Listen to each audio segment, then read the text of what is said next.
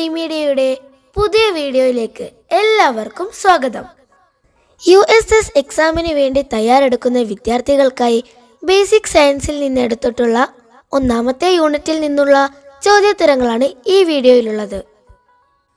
ഈ ചാനൽ നിങ്ങൾ ആദ്യമായാണ് കാണുന്നതെങ്കിൽ സബ്സ്ക്രൈബ് ചെയ്യണേ. ചോദ്യങ്ങളിലേക്ക് കടക്കാം. ഒന്നാമത്തെ ചോദ്യം: കേരള കാർഷിക സർവകലാശാല സ്ഥിതി ചെയ്യുന്നത് ഏത് ജില്ലയിലാണ്? ഉത്തരം തൃശൂർ. മാതൃസസ്യത്തിന്റെ കമ്പുകളിൽ വേര് മുളപ്പിച്ച ശേഷം ആ ഭാഗം മുറിച്ചു നട്ട് പുതിയ തൈകൾ ഉണ്ടാക്കുന്ന രീതിയാണ് ഡാഷ്. ഉത്തരം പതിവയ്ക്കൽ. ഗ്രാഫ്റ്റിംഗിൽ റൂട്ട് സ്റ്റോക്ക് എന്നറിയപ്പെടുന്നത് ചെടിയുടെ ഏതു ഭാഗമാണ്? ആൻസർ വേരുകൾ ഉള്ള ചെടി. ഗ്രാഫ്റ്റിംഗിൽ റൂട്ട് സ്റ്റോക്കിൽ ഒട്ടിക്കുന്ന ഭാഗത്തിന്റെ പേരെന്ത്? ഉത്തരം സയൻ. അഞ്ചാമത്തെ ചോദ്യം: മുട്ട ഉൽപാദനം വർദ്ധിപ്പിക്കാൻ ലക്ഷ്യമിട്ട പദ്ധതി? രജത വിപ്ലവം. സസ്യങ്ങളുടെ ഡോട്ടിപൊട്ടൻസി എന്ന കഴിവിനെ ഉപയോഗപ്പെടുത്തുന്ന കായിക പ്രജനന രീതി? Tissue culture. മൂപ്പാവാത്ത നെല്ലിൽ നിന്നും അതിന്റെ ചാറ് ഊറ്റി കുടിച്ച് നെല്ലിനെ പതിരാക്കുന്ന കീടമേത്? ഉത്തരം ചാഴി.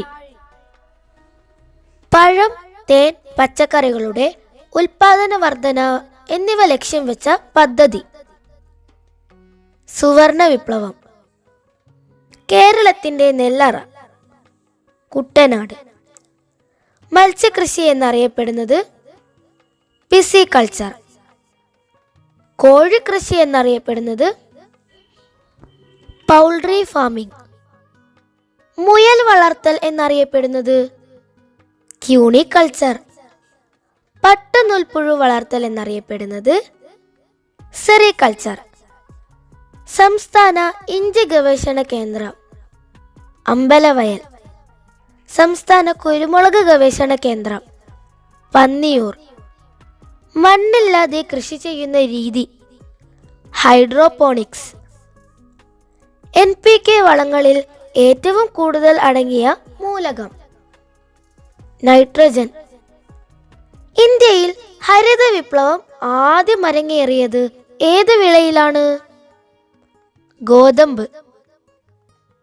എല്ലില്ലാത്ത മാംസം എന്നറിയപ്പെടുന്ന പയർച്ചെടി?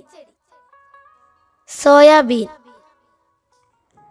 നാഷണൽ സീഡ് കോർപ്പറേഷന്റെ ആസ്ഥാനം എവിടെയാണ്? കരമന. 21ാമത്തെ ചോദ്യം: കാപ്പി ഗവേഷണ കേന്ദ്രം സ്ഥിതി ചെയ്യുന്നത്? ചൂണ്ടൽ. ചീരയിൽ അതിന്റെ ചുവപ്പ് നിറത്തിന് കാരണം? ആന്തോസയാനിൻ. ചേനയിലും ചേമ്പിലുമെല്ലാം പരാഗണം നടത്തുന്ന ജീവി ഏത്? ഈച്ച. പ്രിയങ്ക ഏതിനം വിത്തിന് ഉദാഹരണമാണ്? പാവൽ.